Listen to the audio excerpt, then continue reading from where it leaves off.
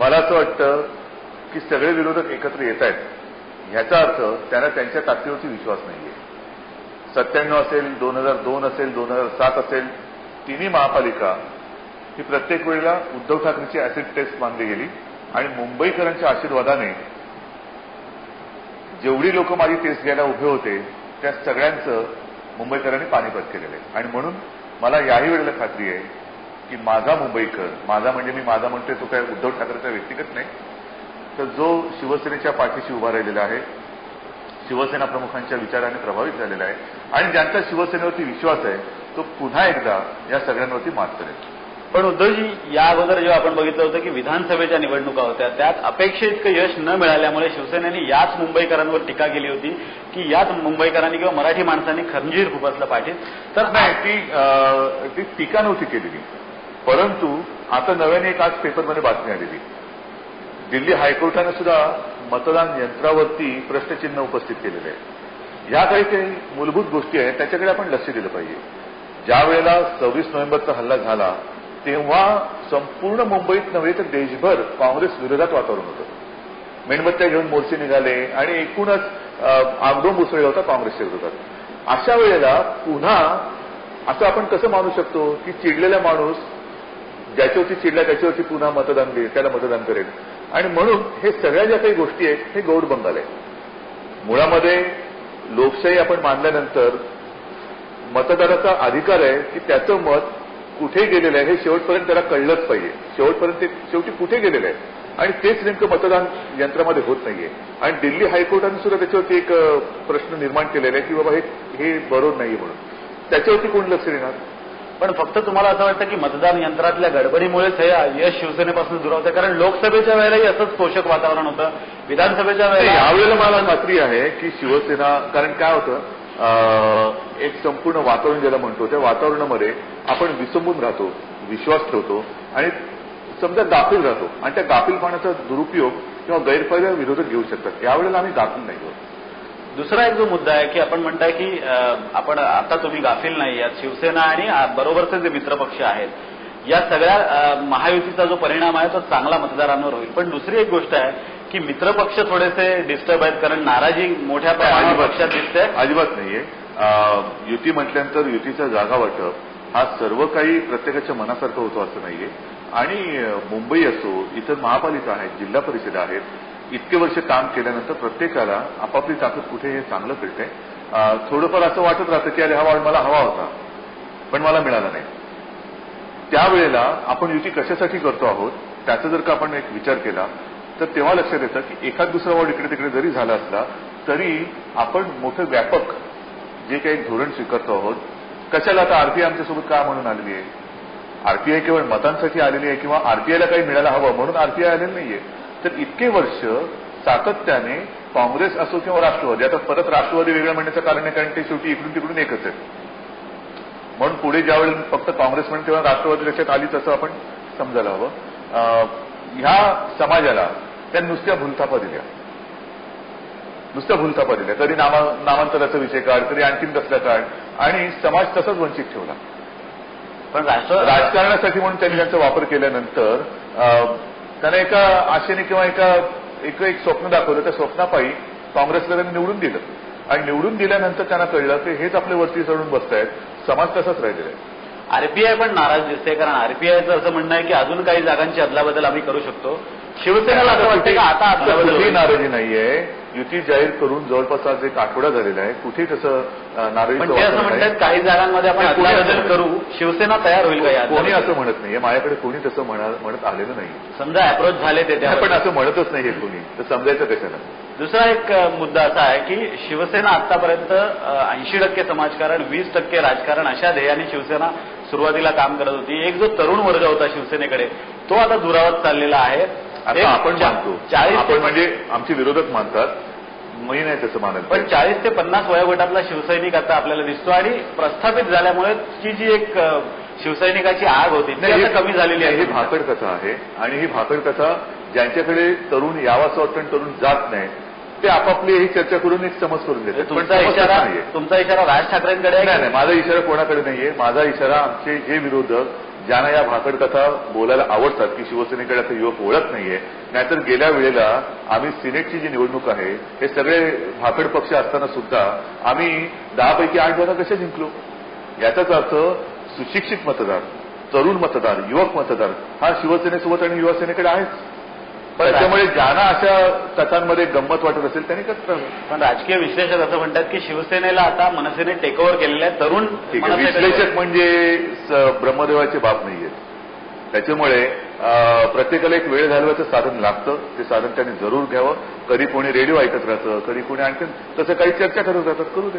पण नुसत्या तुम्ही आता जसं म्हणतात काही चर्चा करत राहतात. मुळामध्ये हे जे कोणी, मी सगळ्या विश्लेषकांना म्हणत नाही, काही विश्लेषक खरंच विचारवंत आहेत, खरंच त्यांची काही मतं आहेत, पण हे कधी रस्त्यावरती उतरून जनतेचे प्रश्न त्यांनी सोडवलेत का? त्याच्यामुळे मला प्रत्येकाच्या विचाराचा, बुद्धीचा, ज्ञानाचा आदर ठेवून मला असं म्हणायचंय की जर का आम्ही प्रश्न सोडवायला नारायक ठरलो असतो तर पुन्हा पुन्हा मुंबईकरांनी आमच्याकडे महापालिका दिली नसती. आणि आता आम्ही जे काही करून दाखवलेलं आहे त्याचे फोटो आम्ही दाखवलेले आहेत. असं नाहीये की योजनांचं पुस्तक तुमच्याकडे दिलेलं आहे आणि मग त्याचं विश्लेषण करा. ह्या अशा फालतूगिरी आमच्याकडे चालत नाही. आम्ही जे करून दाखवलेलं आहे त्याचं पुस्तक हे लोकांपर्यंत पोहोचलेलं आहे आणि त्याच्यामुळे सगळे हबकलेले आहेत. आता तुम्ही आता जो उल्लेख केला की करून दाखवलंय, गेल्या 5 वर्षात तुम्ही केलेल्या विकास कामांचं एक तुम्ही कॅम्पेन केलेलं आहे करून दाखवले नावाचं. पण जर आपण बघितलं तर साधारण 21,000 कोटींचं बजेट असतं वर्षाला. 5 वर्षाचं बजेट साधारण 1 लाख कोटींपर्यंत जातं. या 1 लाख कोटींनी उभी राहिलेली जी कामं दिसत आहेत ती फार त्रोटक आहेत किंवा कमी आहेत असं म्हटलं जात आहे. तुम्हाला असं वाटतं ही कामं पुरेशी आहेत? नक्कीच पुरेशी आहेत. आणि याचं संपूर्ण जर का विश्लेषण करायला गेलं तर त्यालाही आमची तयारी आहे. तुम्ही आता म्हणालात की 21,000 कोटीचं हे बजेट आहे, म्हणजे जवळपास एका छोट्या राज्याचं बजेट आहे. कुठेही जसं महाराष्ट्र सरकारबद्दल मी म्हणेन की तुम्ही मुंबईसाठी गेल्या 5 वर्षात काय केले, किंवा राज्यासाठी भरीव ठोस असं काय केलेलं आहे, आणि तुम्ही तुमचा आढावा मांडा. तुम्ही काय करून दाखवले तुम्ही सांगा, आम्ही काय करून दाखवले आम्ही सांगतो. आणि 21,000 कोटी दरवर्षीच्या बजेटमध्ये जी काही आपली यंत्रणा आहे, मग ती साफसफाई करणारे कामगार असतील, इतर प्रशासन म्हणून आहे, त्या प्रशासनावरती रुपयातला किती पैसे खर्च होतो, हातामध्ये किती राहतं आणि त्यातनं विकास किती झालाय, हा एक महत्वाचा मुद्दा आहे ना. नेमका हाच मुद्दा आहे की खर्च जास्त होतोय आणि त्या मानाने कामं जी उभी राहत आहेत ती कमी उभी राहत आहेत. खर्च कशावर होतोय? खर्च नुसतं कामावरती उधळपट्टी नाही चाललेली. आम्ही असं नाही केलं की सागरी सेतू ज्या वेळेला आमच्या सरकारच्या काळात ते आमचंच स्वप्न होतं. माझ्याकडे ती शिवसेना प्रमुखांच्या भाषणाची कॅसेट आज देखील आहे की तेव्हा सागरी सेतूचं भूमिपूजन झालं होतं. सागरी सेतू जेव्हा भूमिपूजन झालं तेव्हा साधारणतः 600 ते 700 कोटीचा तो प्रकल्प होता. 5 वर्षात पूर्ण व्हायला पाहिजे होता. दुर्दैवाने आमचं सरकार गेलं. 5 वर्षाचा प्रकल्प 10 ते 12 वर्ष खेचला गेला आणि 600-700 कोटीचा 1600 ते 1700 कोटीपर्यंत व्हेरिएशन झालं. आता पैसा आम्ही नाही उधळलेला आहे. म्हणजे पैसा तुम्ही जे म्हणता ना, प्रत्येक पैशाचा आणि पैशाचा हिशोब तुम्हाला महापालिकेत मिळेल. ह्याचं कारण असं की खर्च कोण करतं? तुम्ही म्हणता अत्यंत महत्वाचा प्रश्न आहे, तो लोकांना कळला पाहिजे. सरकार म्हणून वेगळा प्रकार आहे, महापालिका म्हणून वेगळा प्रकार आहे. महापालिकेला प्रशासन जे आहे ते सरकार देतं. महापालिका आयुक्त कोण असायला पाहिजेत, महापालिकेत अधिकारी कोण असायला पाहिजेत हे सरकार ठरवतं. उदाहरणार्थ आता धरून चला सुबोध कुमार आयुक्त आहेत, पुढचे आयुक्त कोण येतील आम्ही नाही ठरवू शकत. त्याच्या आधी स्वाधीन क्षत्रिय होतं, त्याच्या आधी जयराज पाठक होते. हे आम्हाला चॉईस नाहीये, आम्हाला काही अधिकार नाहीये की आयुक्त कोण असायला पाहिजे. म्हणजे पूर्णपणे मुख्यमंत्री असतील, कॅबिनेट असेल, त्यांच्या मर्जीतले अधिकारी महापालिका प्रशासन म्हणून तिकडे बसतात आणि त्यांच्या मंजुरीशिवाय जो काही चेक दिला जातो त्याच्यावरती कोणताही नगरसेवक सही नाही करत, ते प्रशासकीय अधिकारी करतात. आणि म्हणून हा जो काही खर्च आहे तो खर्च जर का ती उधळपट्टी किंवा भ्रष्टाचार असेल तर सरकारने नेमलेले त्यांचे अधिकारी काय करतात. पण तुम्ही आता जो व्हेरिएशनचा मुद्दा मांडला सीलिंगच्या बद्दलचा, तसंच व्हेरिएशन मुंबई महापालिकेत देखील मोठ्या प्रमाणावर होत आहे. काढा ना बाहेर. गेल्या 2 वर्षात 2240 कोटींचं व्हेरिएशन जरूर बाहेर काढा, आमची काही हरकत नाही. पण यावर जर कंत्राटदारांना ताप लावला किंवा एक चांगली यंत्रणा बसवली तर ही कामं वेळेत आणि दिलेल्या खर्चात पूर्ण होतील असं वाटत नाही? होतं ना, सगळीचकडे काही व्हेरिएशन होतं तशातला भाग नाहीये. पण 1000 कोटीचं व्हेरिएशन एका कामामध्ये हे अनाकलनीय आहे. महापालिकेचे जे मुख्य लेखापाल आहेत त्यांनी देखील महापालिकेच्या कारभारावर एकूणच स्थायी समितीच्या सगळ्या मंजुरीवर बोट ठेवलेलं आहे. 15% व्हेरिएशन मंजूर होऊ शकतं. पण जरी आपण ग्राह्य धरलं की ही कामं जी आहेत ती सर्वसामान्य जनतेसाठी आहेत, जरी ग्राह्य धरलं तरी एक सत्ताधारी म्हणून या सगळ्यांवर चाप लावणं जे गरजेचं. चाप जर का लावला नसता तरी कामच झाली नसती. चाप लावला नसता तर कामच झाली नसती. आज मला सांगा ना, आजच्याच वृत्तपत्रामध्ये बातमी आलेली आहे की मोनोरेल तो प्रकल्प मुंडला येणार. कोणाचं चाप आहे तिकडे? सरकार काहीतरी त्यांना असं वाटतं म्हणून लोकांना तोंडाला पानं पुसण्यासाठी प्रकल्प जाहीर करतं. तुमच्याकडे आयोजन नाही, नियोजन नाही, पैसा कुठे खर्च होतोय. बरं, व्हेरिएशन झालं म्हणून तुम्ही बोंब मारताय. तुम्ही म्हणजे तुम्ही नाही, आमचे विरोधक. याच बाजूला ते सुद्धा पेपरमध्ये बातमी आली, सायकल ट्रॅक केला. आता MMRD BKC मध्ये सायकल ट्रॅक करण्याची गरज होती का मला माहिती नाही. 6.5 कोटी रुपये कोणाचे गेले तिकडे? मुख्यमंत्र्यांचे फोटो आले तिकडे सायकलवरती टांग मारून सगळे चालले. पण तुम्ही जनतेला टांग मारताय त्याचं काय? आणि हा पैसा कोणाचा आहे? लेखा परीक्षेत जर का बोट ठेवायचं असेल तर त्याची बाकीची 9 बोट कुठे ठेवतो तो? ती पण ठेवूनच बाबा दुसरीकडे. पण सरकार जर असं वागत असेल तर विरोधक तुम्ही राज्यात विरोधक म्हणून आहात, विरोधी पक्षनेते तुमचे आहेत, विरोधी पक्षातले लोक जरूर आहे. तर तुम्ही आवाज उठवायला नको होता? आम्ही आवाज दर अधिवेशनात उठवलेला आहे आणि तुम्हीच त्या बातम्या कव्हर केलेल्या आहात. आवाज उठवला की सरकार विरोधी पक्षाचे आमदार जे आवाज उठवतात त्यांना निलंबित करतं. म्हणजे ही लोकशाही तुम्हाला मान्य आहे का? निलंबनाविरुद्ध आवाज किती माध्यमांनी उठवलेला आहे. आम्ही जनतेचे प्रतिनिधी आहोत. आम्ही चुकलो तर तुम्ही बसलेला, तुम्ही आमच्या चुका किंवा आमचा कान धरू शकता. पण सरकार जिथे चुकतं, निलंबन कशासाठी? निलंबन जनतेचा आवाज उठवतं. एक तर तुम्ही उठवू देत नाही, अन्याय करता, अन्यायाविरुद्ध आवाज उठवू देत नाही आणि उठवला तर तुम्ही निलंबित करता. बरं, याच्यामध्ये सुद्धा हे एवढं म्हणजे थोतांड आहे यांचं की विरोधी पक्षाच्या आमदारांनी आवाज उठवला तर तुम्ही अधिवेशन पूर्ण त्याला निलंबित करता किंवा पुढच्या 1 वर्षासाठी निलंबित करता. सत्ताधारी पक्ष म्हणजे तू मारल्यासारखं कर, मी रडल्यासारखं करतो असं करून जेव्हा करता तेव्हा 1 दिवसासाठी निलंबन. म्हणजे कशासाठी तुम्ही करताय? पण तुम्ही अत्यंत प्रामाणिकपणाने जे काय आपल्या पाठीकडे अनेकदा म्हणतो ना आपण सत्यमेव जयते, त्याला त्याचं पावित्र्य कायम ठेवून तुम्ही कारभार करा ना.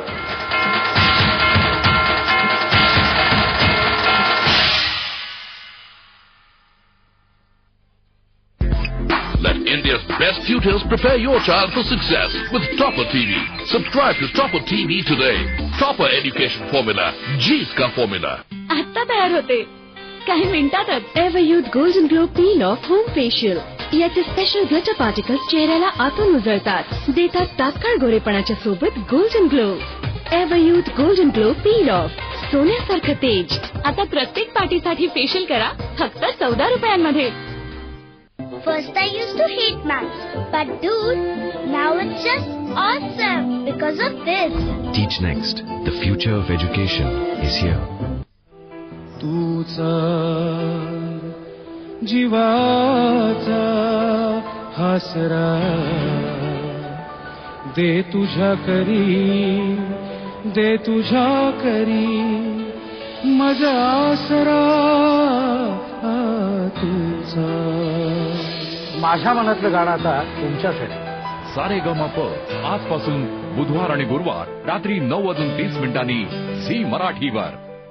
व्हिडिओकॉनचा 25 वर्षांचा विश्वास 101 कोटींच्या सुनिश्चित उपहारांसोबत. व्हिडिओकॉन प्रोडक्ट्सवर 1000 ते 25,000 पर्यंतचे सुनिश्चित उपहार. त्वरा करा, ऑफर मर्यादित वेळेसाठी.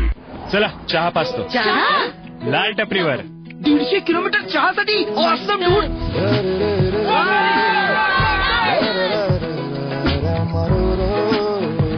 काय सस्पेन्शन आहे यार. आईस्क्रीम करून टाकलंय. काहीतरी शीत मोठ, गाडीही डाएटवर आहे. बघ टँक पण फुल आहे अजून. चला निघूया सहजच.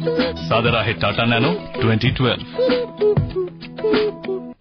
पापा ने तुम्हें घर से निकाल दिया, फिर भी मैं तुमको चुप चुप के मिलती रही और तुम इतने सेल्फिश निकले. ऐसे स्नैक से क्या दिल लगाना जो आपसे प्यार न करे.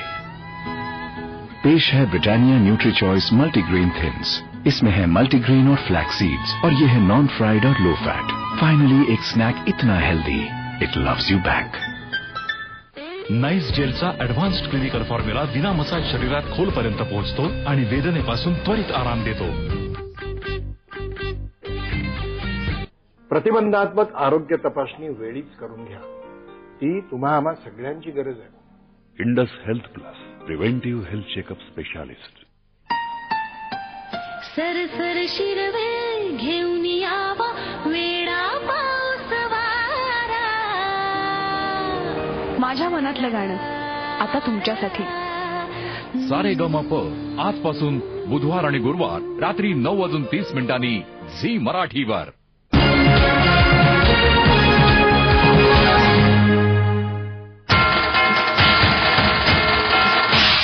आता काही दिवसापूर्वी मनसेचे अध्यक्ष राज ठाकरे यांनी सत्ताधाऱ्यांवर तुलनेने शिवसेनेवर टक्केवारीचा आरोप केला होता. अतिशय गंभीर आरोप होता. त्याचं मत विचारत घेण्या एवढा तो कोणी मोठा नाहीये. त्याच्यामुळे आपण लोकांची जी काही कामं आहेत त्याच्यावरती बोलू. पण प्रचारादरम्यान ते जर हेच मुद्दे मांडले असे अनेक अपक्ष पण राहतात उभे. पण असं त्यांचं मत म्हणजे काय असं फार मोठं काय ग्राह्य धरण्यासारखं मत आहे असं नसतं. तुमचं मत जरी ग्राह्य धरलं तरी पण हा जो मुद्दा आहे तो प्रचार नाहीये. करू दे, पण मी नाही त्याच्या मताला किंमत देत. पण त्याला उत्तर देणार नाही तुम्ही. लोक ते देतील. हा जर मुद्दा प्रचारात केंद्रस्थानी आला तर त्याचा फायदा काँग्रेसला होईल असं तुम्हाला वाटत? मला नाही वाटत. कारण मुळामध्ये आतापर्यंत तुमचं शहराची बांधिलकी काय आहे हे पण लोक विचार करतात. तू बाबा कुठे माझ्याकडे मदतीला जाऊन आला, तर मला नाही वाटत त्यांचं मत कोणी फार गांभीर आहे. पण त्यांचा एक यावर असा एक त्यांची सबब आहे की किंवा त्यांचा एक मुद्दा असा आहे की मला अजून सत्ता मिळालेली नाही आहे, त्यामुळे मी अजून जे करून दाखवायचं ते करून दाखवता येत नाहीये. पण मी म्हणतो ना, मी करून दाखवलं. मी काय नालायक नाही ठरलेलो. दुसऱ्यावरती तू नालायक आहेस म्हणजे मी लायक आहे असं त्याचा कधीच अर्थ होत नाही. मी आमचं कर्तृत्व माझ्या नगरसेवकांचं आणि महापालिकेच्या प्रशासनाबरोबरीने ज्या काही आमच्या मर्यादा आहेत त्या मर्यादेत दिलेली कामं करून दाखवलेली आहेत. हाच फरक आहे. करून दाखवणार. मी उद्या मुंबई ते चंद्रावती बीएसटी सर्व्हिस सुरू करेन. बोलू शकतो आपण. बोलायला काय बोलू शकतो. आता तुम्ही म्हटलं नगरसेवकांचं कर्तृत्व दिसतच आहे. बऱ्याच कालावधीपासून अशी चर्चा होते. बऱ्याच कालावधी अनेकदा आरोप होतात. नगरसेवकांची सांपत्तिक स्थिती वाढते, नगरसेवकांची सांपत्तिक स्थिती सुधारते, पण मुंबईच्या समस्या मात्र सुधारताना दिसत नाही. एक समस्या सुधारताना दिसत नाही याच्यावरती मी तुमच्याशी सहमत होणार नाही. कारण तुम्ही कोणतीही बाब बघा. आम्ही गेल्या वचननाम्यात ज्या काही गोष्टी म्हटल्या होत्या, मुळामध्ये गेल्या निवडणुकांमध्ये सर्वांचे आमचा वचननामा आहे, बाकीच्यांचे जाहीरनामे असतात. आम्ही वचननामा म्हणतो कारण आम्ही बांधील आहोत. मग पुण्याचा वचननामा किंवा जाहीरनामा घ्या काँग्रेस राष्ट्रवादीचा. पुण्यात आमची सत्ता नाही आली, पिंपरी चिंचवडमध्ये नाही आली, पण ठाण्यात आली, मुंबईत आली, नाशिकमध्ये आली. विशेषतः नाशिकमध्ये आणि मुंबई आणि ठाण्यात थोडा फरक आहे. कारण मुंबई आणि ठाण्यामध्ये जरा थोडी अधिक मजबूतीने आमच्याकडे सत्ता आली. मुंबईमध्ये सुद्धा काही अपक्ष म्हणा इतर काही पक्ष यांची सोबत आम्हाला घ्यावी लागली, ठाण्यातही लागली. पण आम्ही दिलेला वचननामा तो तुम्ही काढा, माझी तयारी आहे. ठाण्यात दिलेला वचननामा तो तुम्ही काढा, आम्ही केलेली आहे. कामं झाली नाही हे मी मानणारच नाही. पाण्याच्या बाबतीत सुद्धा आमचं काय म्हणणं आहे की 24 तास पाणी देण्यासाठी आमचे प्रयत्न, भगीरथ प्रयत्न आम्ही करू. प्रयत्न केले नाहीत का? नाही, पण प्रयत्न केलेले आहेत. मतांशी मी सहमत आहे की कामं झालेली आहेत, पण ही जी कामं आहेत ती एका उच्चभ्रू वर्गापर्यंत मर्यादित आहेत.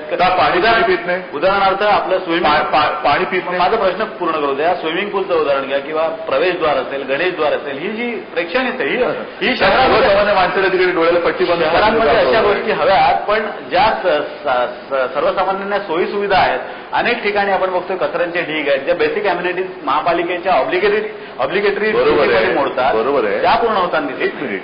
शहरामध्ये उद्यानं नकोच. तिकडे काय सर्वसामान्य माझा मुद्दा तोच आहे की हा मला बोलू द्या ना. सर्वसामान्य माणसाला तिकडे डोळ्याला पट्टी बांधून तुम्ही पाठवता का? गणेशद्वाराला डोळ्याला पट्टी बांधून पाठवता का? जो स्विमिंग पूल आहे त्याचे दर काय आहेत?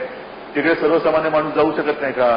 पंचतारांकित स्विमिंग पूल आणि महात्मा गांधी स्विमिंग पूल, त्याच्यानंतर शहाजीराजे क्रीडा संकुलामधला स्विमिंग पूल, हे कोणासाठी आहेत? सर्वसामान्यांसाठीच आहे. आणि पाणी सुद्धा जे आहे ते आज पाणी तुम्ही देशातलं कुठलेही महत्वाचं शहर घ्या, कोणत्या दराने पाणी महापालिका तिथली देते आणि मुंबई काय दराने देते आपल्याला माहिती नसेल तर मी सांगतो. साधारणतः मुंबई महापालिका जे पाणी घेते फिल्टर करून, एक तर मुंबईचा फिल्टरेशन प्लांट हा जगातल्या सर्वोत्तम प्लांटपैकी एक आहेच. त्या तिकडे मुंबई महापालिकेला साधारणतः 12 ते ₹12.25 रुपये दर 1000 लिटर पाणी मिळतं. ते पाणी मुंबई महापालिका मुंबईकरांना, गरीब माणसाला ₹2.25 रुपये लिटरनी पाणी ते देतं. आजारी दर 1000 ₹2.25 रुपये. हे काय गरीब आहेत का श्रीमंत आहेत? म्हणजे गरिबांसाठी सोय नाहीये का? जे रस्ते आम्ही केलेले आहेत त्या रस्त्यावरनं गरीब चालत नाहीयेत का? कचऱ्याचे ढीग सुद्धा दिवसातनं 2दा उचलले जातात. नाले सफाई श्रीमंतांसाठी केलेली आहे का? अगदी उद्यानामध्ये सुद्धा जे गोरगरीब मुलं खेळतात ते श्रीमंतांचीच मुलं आहेत का? तर हा एक आपण कोणत्या दृष्टीने बघतो. माझ्या शहरात काम झालंच नाही असे म्हणणारे काही लोक असतील, त्यांची मला कीव येते. त्यांच्यासाठी मी काही करू शकत नाही, कारण काही केलं तरी त्यांना काही दिसणारच नाहीये. म्हणजे तुमचं असं म्हणणं आहे की जो विकास झाला तो गरिबांपर्यंत आहे. रस्ते कोणासाठी केलेत? बरं, आणखी एक मुद्दा लक्षात घेण्यासारखा आहे. रस्त्यावरती खड्डे झाले, दर पावसाळ्यात होतात, म्हणून आम्ही हात वर करून नाही बसलो. त्याच वेळेला एक लक्षात घेण्यासारखी गोष्ट आहे की मुंबई शहर आहे, मी वारंवार सांगतो आहे की मुंबई शहरामध्ये संपूर्ण जबाबदारी मुंबई महापालिकेकडे नाहीच आहे. MMRD आहे, MSRDC आहे, PWD आहे, यांच्या अखत्यारीतले रस्ते आहेत. आणि त्या रस्त्यावरचे जर का खड्डे असतील तर त्याचं पापाचे धनी आम्ही का होऊ?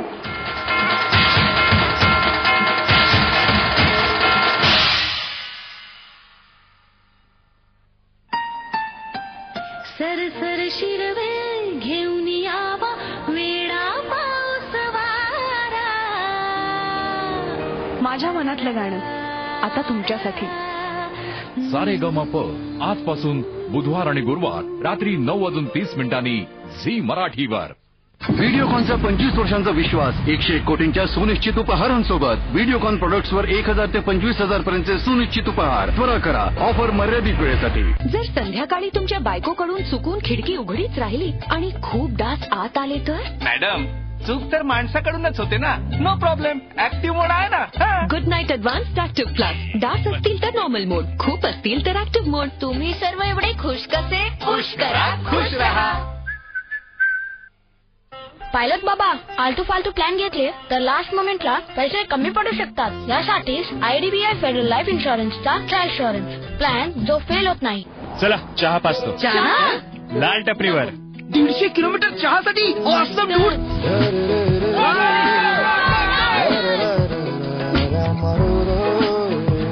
काय सस्पेन्शन आहे यार. आईस्क्रीम करून टाकलंय. काहीतरी शीट मोड. गाडीही डायटवर आहे. बघ, टँक पण फुल आहे अजून. लाल टपरी. चला निघूया सहजच. सादर आहे टाटा नॅनो 2012.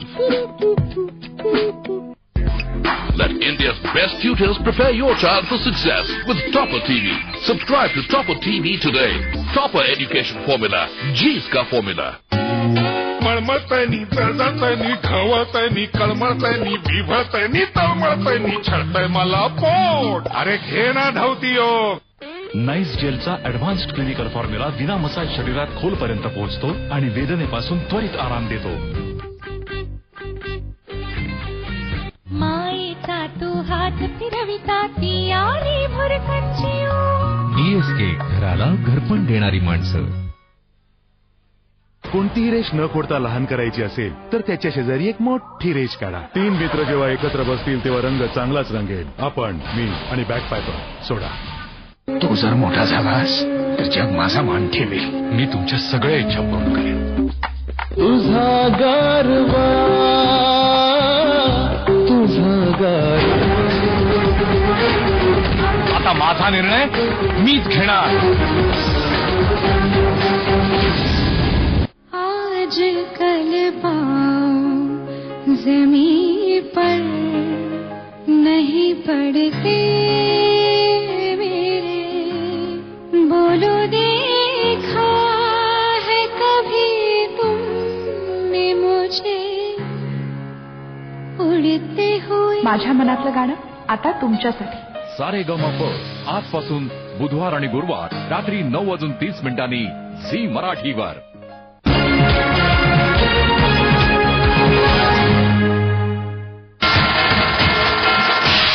रस्त्यांवर खड्डे पडणं ही एक अपरिहार्य गोष्ट आहे असं तुम्ही म्हणताय, पण असे खड्डे दूर केले जाऊ शकतात किंवा असं एक चांगल्या दर्जाचं काम उभं राहू शकतं, पण ते होत नाही. कंत्राटदारांच्या हातात महापालिका गेली आहे असं जे विरोधक म्हणतात त्याला तुम्ही कसं उत्तर देणार?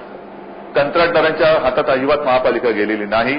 आम्ही जे चांगले रस्ते केलेले आहेत ते सुद्धा दाखवा. आणि मुळामध्ये मी जे सांगतोय की अजूनही सर्वसामान्य जनतेला हेही कळलं पाहिजे की खरंच महापालिकेच्या अखत्यारीतील किती रस्त्यांना किती खड्डे पडलेले आहेत. हा एक अत्यंत महत्वाचा मुद्दा आहे जो मी पुन्हा पुन्हा सांगेन. पण हाजी अलीचा जो रस्ता झालेला आहे तो का नाही दाखवला जात? हाजी अलीचा रस्ता आज गुळगुळीत झालेला आहे, सिमेंट कॉन्क्रीटचा झालेला आहे. एकाही कंत्राटदारावर कारवाई झालेली नाही. कारवाई झालेली आहे. आणि हे कॉन्ट्रॅक्टर जे आहेत ना ते त्या आकाशातून पडलेले नाही आहेत किंवा आमच्या घरात आम्ही काढलेले नाहीये. हेच कॉन्ट्रॅक्टर मग बाकीचे जे चांगले कॉन्ट्रॅक्टर आहेत ते टेंडर का नाही भरत? तुम्ही काही दिवसांपूर्वी एका उद्घाटनाच्या कार्यक्रमात असं म्हटलं होतं की पुढच्या वर्षी मी मुंबई खड्डेमुक्त करणारच. पण जर ते आता शक्य होणार असेल तर मग या आधी का झालं नाही किंवा या अडचणी असताना ते पुढे कसं शक्य होईल? बरोबर आहे. ह्याचं कारण असं तुम्ही मला सांगा, मी कोणती जबाबदारी झटकणार नाही अजिबात आणि थातूर मातूर कारणही देणार नाही. मी काही काँग्रेसवाला नाहीये. 2005ला जो पाऊस पडला तो 100 मिलीमीटर दर तास आला आणि त्याच वेळेला समुद्राला उधाण आल्यानंतर पाणी समुद्रात जायच्या ऐवजी समुद्र उलट पाणी शहरात टाकायला लागला. अशा वेळेला आपण पंपिंग स्टेशनना प्राधान्य दिलं आणि म्हणून आज जी 2 पंपिंग स्टेशन्स उभी केलेली आहेत, इडल्याचं झालंय आणि आणखीन एक झालेलं आहे. आणखीन 3 उभी राहतात, जिचं भूमिपूजन मी गेल्या दिवाळीच्या सुमारास केलं की एका वर्षात उभी राहतील. पंपिंग स्टेशन करण्याकडे आपल्याला प्राधान्य द्यावं लागलं आणि मग रस्त्याचं लक्ष थोडं कमी झालं. या प्रचारात तुमच्या बरोबर किंबहुना बाळासाहेब ठाकरे हे 2 सभा घेणार असं बोललं जाते, मुंबई आणि ठाण्यात त्यांच्या सभा घेण्याची प्रथाच आहे. तर कुठेतरी विरोधक आता यावर असा आक्षेप घेतील की यांना आपल्या कामापेक्षा बाळासाहेबांचा प्रचार गरजेचा वाटला. कुठेतरी शिवसेना आपलं काम दाखवण्यात मला बाळासाहेबांबद्दल अभिमान आहे, बाळासाहेबांबद्दल प्रेम आहे. ज्या बाळासाहेबांनी मला जन्म दिला त्यांच्या पाठीत वार खुपसणाऱ्या अवलादीचा मी नाही. पण मग त्याच्यामुळे बाळासाहेब आणि शिवसेना हे नातं आणि ही ओळख अशीच राहणार आणि ही ओळख बदलणार नाही. पुण्यात जसं की तुमचा मित्रपक्ष भाजप तुम्हाला जास्तीत जास्त, पुण्यामध्ये सुद्धा अजित पवारांनी सांगितले आम्हाला युती नको. पण तुमचा नेते काँग्रेसचे नेते तुरुंगात का हे अजित पवार म्हणतायत. पण त्या तुरुंगात गेलेल्या नेत्यांच्या पक्षाबरोबर तुम्ही युती करताय. पण भाजपने पण राष्ट्रवादी बरोबर युती करून आता बरोबर. थोडक्यामध्ये काय की सगळीकडे हे प्रकरण चालल्यानंतर तुम्ही शिवसेनेलाच आरोपीच्या पिंजऱ्यात उभं करू शकत नाही. तत्वशून्य युती जिकडे केली जाते ती काँग्रेस आणि राष्ट्रवादीची होते. जिकडे अजित पवार म्हणतायत की काँग्रेसचे नेते हे तुरुंगात का, अशा तुरुंगात गेलेल्या नेत्यांबरोबर तुम्ही युती कशी करता, मुळामध्ये तुम्ही सत्तेत का राहता. पुण्यात त्यांची युती नाहीच आहे सध्या. पण मुंबईमध्ये सुद्धा त्यांनी केले. मुंबईत ते म्हणालेत की मुंबईची वाट किंवा मुंबईचा विकास स्लो डाऊन झाला असं त्यांना वाटतंय. ते नगर विकास खात्यामुळे. नगर विकास खातं पृथ्वीराज चव्हाणांकडे. पण मग ते एका बाजूला म्हणजे तासवर बसून पुढे जाणार आहेत का विकास करायला स्लो डाऊन झालेल्या. पण जर का गेल्या काही 5 वर्षातली विकास कामं आपण केली असं तुम्हाला वाटत असेल आणि भाजप, मला नाही, मी दाखवलेली आहे. भाजप जसं की पुण्यात जसं भाजप शिवसेनेबरोबर वागतंय, आरपीआय बरोबर वागतंय, या सगळ्या मुद्द्यांकडे जर आपण बघितलं तर कुठेतरी शिवसेनेला कोंडीत गाठण्याचा प्रयत्न पुण्यात भाजपतर्फे होतोय असं नाही वाटत तुम्हाला? होत असेल, पण तो अजून त्याचे निकाल कुठे लागलेला आहे. काल सुद्धा पिंपरी चिंचवडचं चर्चा चांगली झालेली आहे, पुण्याची चांगली झालेली आहे. जागा वाटप मी पुन्हा एकदा सांगतो की जागा वाटपामध्ये जास्तीत जास्त जागा आपल्याकडे असाव्यात असं सर्व पक्षांना वाटत असतं. त्याच्यात गैर काही नाहीये. परंतु ज्या वेळेला निर्णय घेण्याचा क्षण येतो तेव्हा मात्र सत्य जे काय असेल ते स्वीकारून जे विचाराने एकत्र येतात ते विचाराने एकत्र येतातच. केवळ ओरबाडण्यासाठी जे एकत्र यायला मागतात त्यांच्यामध्ये हा वाद राहू शकतो. एक शेवटचा प्रश्न विचारतो की जर मुंबई महापालिकेत कोणाच्याही मदतीशिवाय मुंबई महापालिकेत सत्तेवर येणार, मी म्हणतो की विश्वास आहे. जर त्रिशंकू परिस्थिती आली, मी दिलं ना उत्तर, तर मनसेची मदत घेणार की विरोधात राहणार? मी तुम्हाला दिलं ना उत्तरच दिलं की कोणाच्याही मदतीशिवाय आम्ही सत्तेवर येऊ.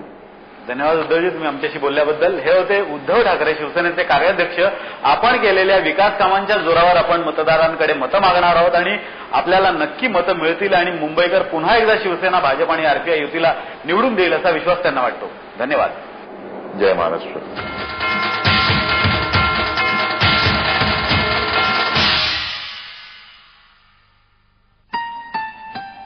सर सर शिरवे घेऊन यावा वेडा पाऊस वारा.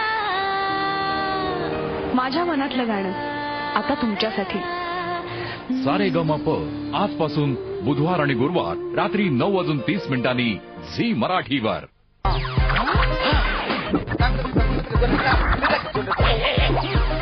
पसंद आया तो वेट मत कर, Sonata super fibre pay 20% of. कधीपासून सांगतायत? फक्त 6 महिन्यात तयार होईल. झालं तयार ड्रीम होम. एक गोष्ट मी शिकलोय, भरोसा त्याच्यावरच ज्याची गॅरंटी असेल. जसा GMI प्लॅन हा देतो गुंतवलेली रक्कम दुप्पट करण्याची पक्की गॅरंटी. बजाज आलियांज, जगा निर्धास्त.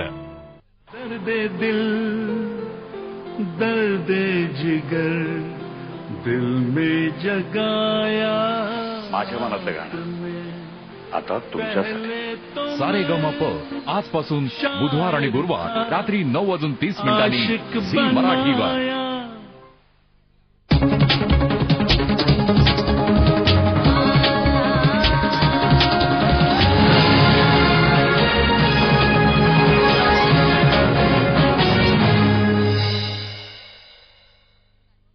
प्रायोजक आहेत वाघ बकरी चहा, परफेक्ट नाती जोडी. DSK, घराला घरपण देणारी माणसं. Godrej security solutions,